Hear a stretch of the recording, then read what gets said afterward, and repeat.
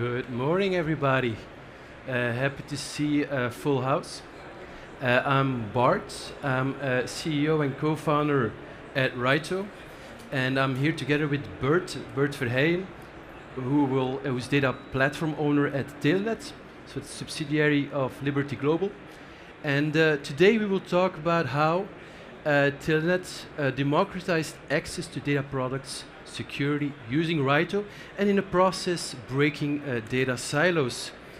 Of course, I wouldn't be a vendor if I don't start with a pitch, so I'll have to bore you a bit with talking about Raito. Basically, Raito is the platform for all data security workflows in the analytics and GenAI platform. So we basically help you with monitoring access and usage, data security risks, compliance risks. We also let you manage access, data masking, row filters, and all the other data security controls. And then finally, we let you automate those processes using whatever metadata you have. But I think let's give the floor to the star of the show, which is Bert. Thank you. Thank you, Bart. All right, quick hands up. Who knows Telenet? Perhaps only a limited amount of people. So what is Telenet? Telenet is actually a leading broadband media and entertainment company in Belgium. We are actually a brand of Liberty Global. Most of you will know Liberty Global, of one of our sisters, brothers, how we call them, Sunrise, Virgin Media, Vodafone, etc. So you know a bit the space where we are working in. So let's start a journey, and I want to bring you back to the previous decade, where we had a lot of problems. We had 99 problems, but the data on its own was not the biggest problem. We have, of course, data quality issues, but everybody was having them, I believe. So 5 years ago, our company, our way of working, our platform, data platform, looked totally different from where we are today. It was very complex to work within different data teams. We had BI IT, we had BI business, we had other data teams. We had platforms that were just swapping and they could not cope anymore. Big data was pushing the limits there. Everybody was also just doing their best, but it was not aligned on what is actually the business priority. Where should we focus on from a data perspective? And as a result, we were also often unknown and invisible. We were just that BI, that data department that builds reports, but we were not making a difference with a lot of stakeholders. We were always at the end of the chain. A new IT release came, and then BI was impacted. So we really wanted to make a change. And we started that journey where we really wanted to want to deliver data and insights. We wanted to move to delivering business value with data and insights. So in the beginning, it was just data was a request, data was another report, always looking back and see what we can learn. And then we went into breakthrough. Our company went to an agile transformation a couple of years ago. We went fully nuts, and that was a pivotal point. There we really want to make sure that everything that we do with data, we want to make big impact. So we started treating data as project. I've heard it also yesterday in some of the calls, and that was the next wave, data as a project. For us, we call them boost topics. And we wanted to really boost our stakeholders, our business partners, with all the data that we had. A typical use case was in-home connectivity. We had been stacking quality metrics from your cell phones, from your laptops, from your modems already for a couple of years, but we were not really doing anything valuable with that information. So there we just decided, let's take the business stakeholders, the engineering departments together and make value out of the data. So we started building models to identify, is a customer having his modem is broke, or does he really have a Wi-Fi issue or a networking issue? And we push that information to our customer-facing channels, our technicians, our contact advisors, but in a very simple way. Traffic lights, yellow, red, green, so it's for them easy. Customer calls in, and they see a red dot at the modem, so they know, there's an issue with your modem, let's replace it.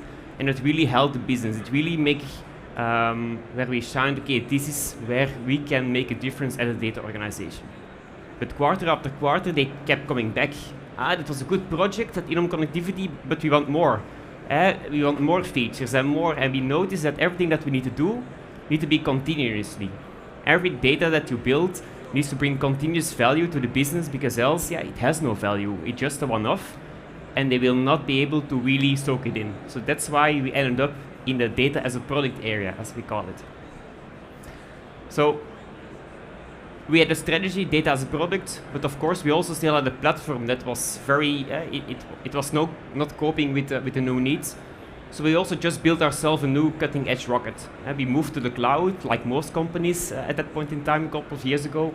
We fully embraced it. We are using AWS and Snowflake as our data stack, but also our data pipelines, the way that data engineering built their data products was fully built from scratch, with DBT and Dexter on the forefield.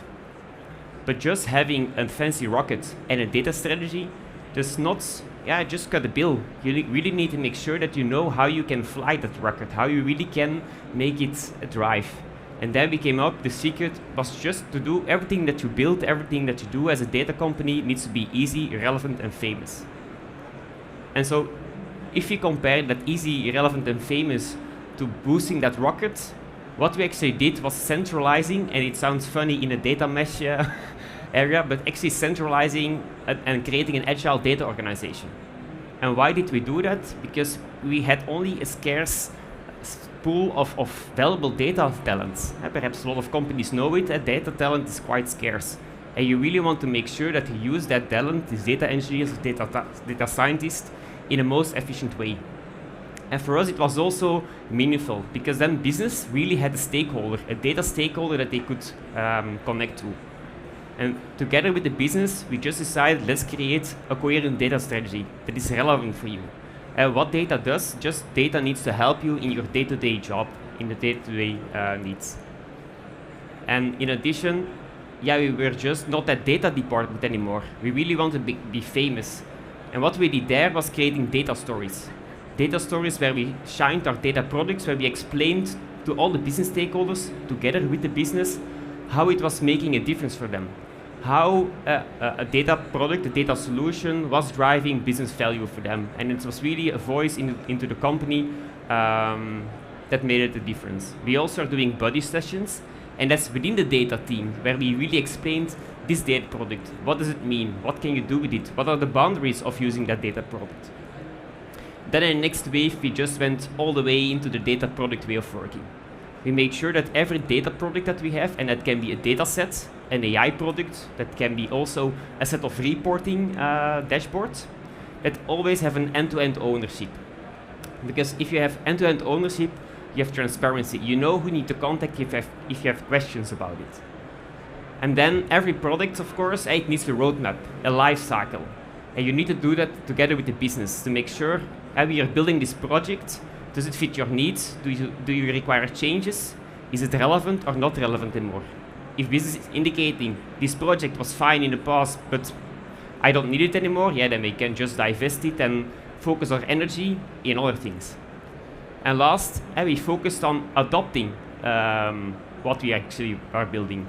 In the past, we were just trying to make change and bring a lot of things to the business, but we noticed that they were not really soaking it in, not really capable of embracing our products. So that's why we're milking the cow, as we call it sometimes. Really make sure that if we deliver something to the business, that they embrace it, that they are fully capable on working with our data solutions. So having that strategy, making sure that everything is easy, famous, and relevant, a new cutting-edge platform is fine. But then, of course, if you want to bring it to a larger audience, you need to make sure that everything that you do is securely. And there we came up with the concept of purpose-based access control. A lot of people potentially know role-based access control. We just found a fancier term for it. And why? For us, purpose is the context, the reason why a person or a group of people needs some data access. And that's mainly the stress that we want to emphasize. And it's not only about data access, it's also about tooling access. It's just everything that the person needs to do his data job. And we have three actors, three personas. Centrally placed is the purpose owner. And the purpose owner is, he needs to define the purpose itself. Okay, what do you want to do? What type of data, what type of access, tooling access is required? And then he does that request. And then we have the data owners. And these are responsible for guiding and guarding what type of data is used and how it is being used. And they are responsible for really guarding and making sure that data is not being used. We have ethical walls with GDPR compliancy and all these metrics. For them, that's a big role, and they really need to step up and make sure that if they grant access to data, that they are allowed to use it for the purposes that are requested. And then, of course, we have our data consumers or data explorers. They just want to use that purpose. One thing with all the required data and tooling access, and no need to scavenge across all different platforms just to find the right thing.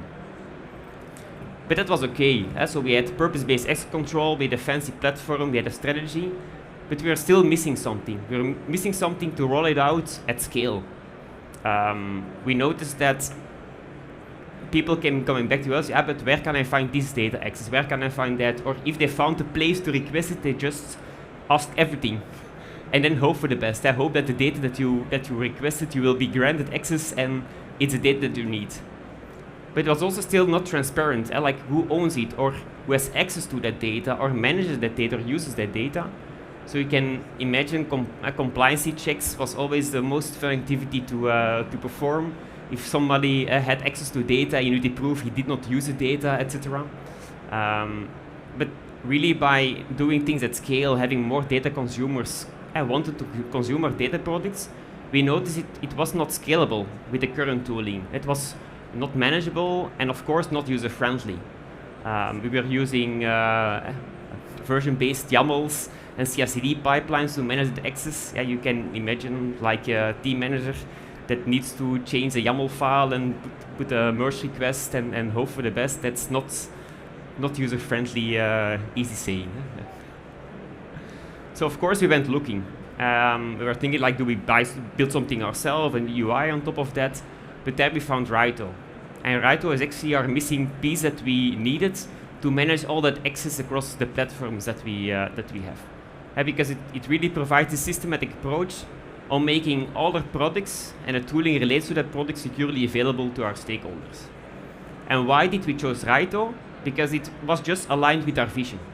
I mentioned before, if you really want to make sure that your data products are easy, famous and relevant, you just need to make them available to your users, but of course in a secure way. And you really want to force data democratization. And then, Raito, it just integrates with our landscape.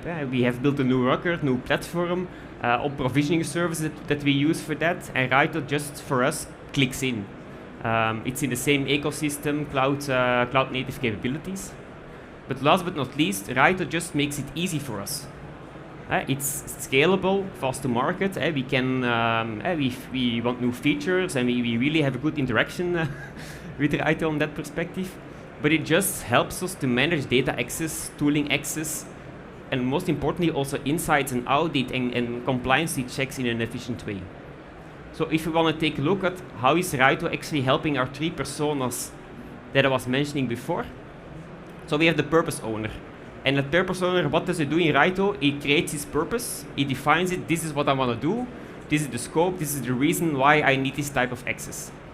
And then you have actually, and he also controls who has access to that purpose. So there can be a team manager that defines my reporting team needs to have customer operations data on contact centers because I want to do some KPI reporting on that. So he requests that. And he decides who can have access to that purpose. At any point in time, of course, a purpose can change. It's not static. Purposes can be short-lived, a POC, but can also be very long-lived, a quarter, a year. And data things are changing, or tooling are changing, of course. A purpose owner can, at any point in time, just decide, I want to do changes, I need to make changes. From the data owner perspective, they are really in the driving seat on guarding their data, on making sure that their data products are being used where they should be used. They are allowed, they are made available to grant or revoke access to data sets. They are also able to set time-bound access. It could be very helpful if you have a POC and people only need data access for a quarter, but you really want to force that it's only a quarter. That you can just do that time-bound, and after that quarter, data access is revoked automatically, and no need to go back into the system and start revoking data access for that perspective. But of course, also at any point in time, these data owners always have the power to revoke data access. If for some reason somebody made a mistake So he was on holiday and a colleague chipped in and made an approval, but that was not an approval that should have been made. It can always be revoked at any point in time, and that revocal is instantly. Of course, there is like synchronization between the platforms where you need to manage data access, but it's not a couple of minutes or an hour at maximum. But then for our data consumers, our explorers, they don't need to start requesting 4, 5, 6, 10, 20 access anymore. Perhaps a lot of people know that, I need this access or that access, but it is in that tool, you need to request this role and then that role and that role. For them, it's just one role where everything is connected. And for us, for them, it's also a sort of safe and bound space. It's bounded because it's limited to the data access, but it's also safe because the data that is in there is also linked to the purpose that they need. They don't have risk to forcing ethical walls or GDPR. Just managed in that space. And all that is really helpful with the insights and audit capabilities, because a data owner at any point in time can just look in Raito and see, but which purposes have access to my data?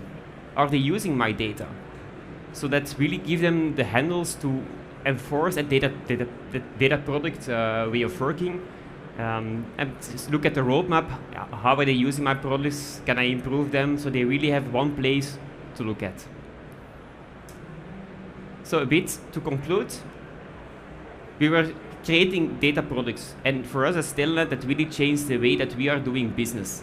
And for business, it's also very clear what we are doing and why we are doing all these things. We built a new rocket, and that brought us to a very new world where we really can have an impact, where data is always a partner at the table. And for us, and that's perhaps, I think that's the most lesson that I really want to give you, everything that you want to do, you just need to make sure that it's easy, relevant, and famous. Every product, every data product that you are just providing to your business stakeholder, just make sure that they understand that they are capable to embedding it, that they really see the value of your product. And so to conclude, we keep on accelerating, but very in a secure way together with Raito. So we still have some time for questions. If there are questions, of course. Yeah, there is the microphone.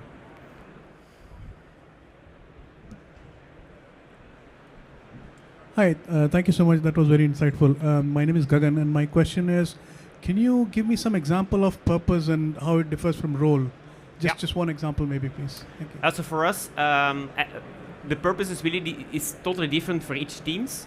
So we have AI teams that build an AI product, like the in connectivity for us as an AI product. And what the purpose there is, it concises all the data that is required for that to building that in connectivity product, and that can be connectivity experience data, so like the metrics from your modems, but also customer contact information, because they want to know if a customer called in with a complaint or a chat, and of course you need to know what type of customer you have.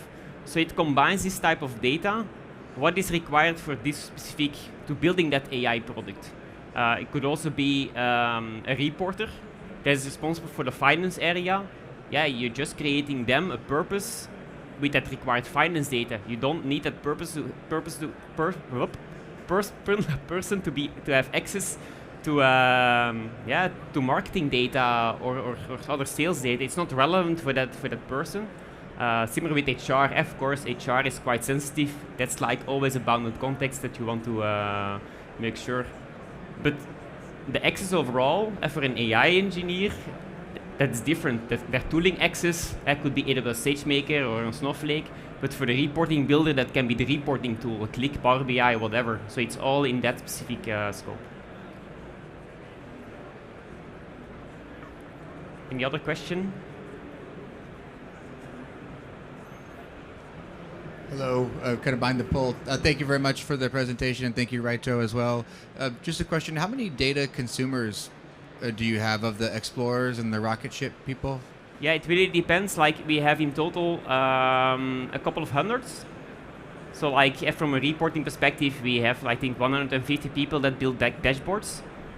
We have then around 40, 50 data scientists and AI engineers that are building AI products. But we're also having more and more business people that are trying to build their own things. They want to be more self-sufficient. So we see that our company is more moving into a sort of federated state with a centralized platform as a whole. So with there, we really make sure that everything that we do, all our data products, that it's clear for them how they can use it. And of course, that we make sure that if you provide them access, it's securely. So for us, we're really expanding it, and it's just for us, we really need to make that change now.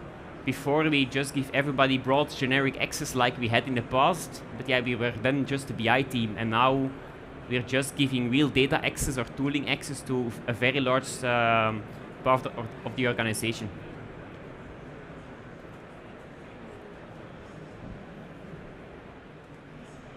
Hi, sorry, one more question.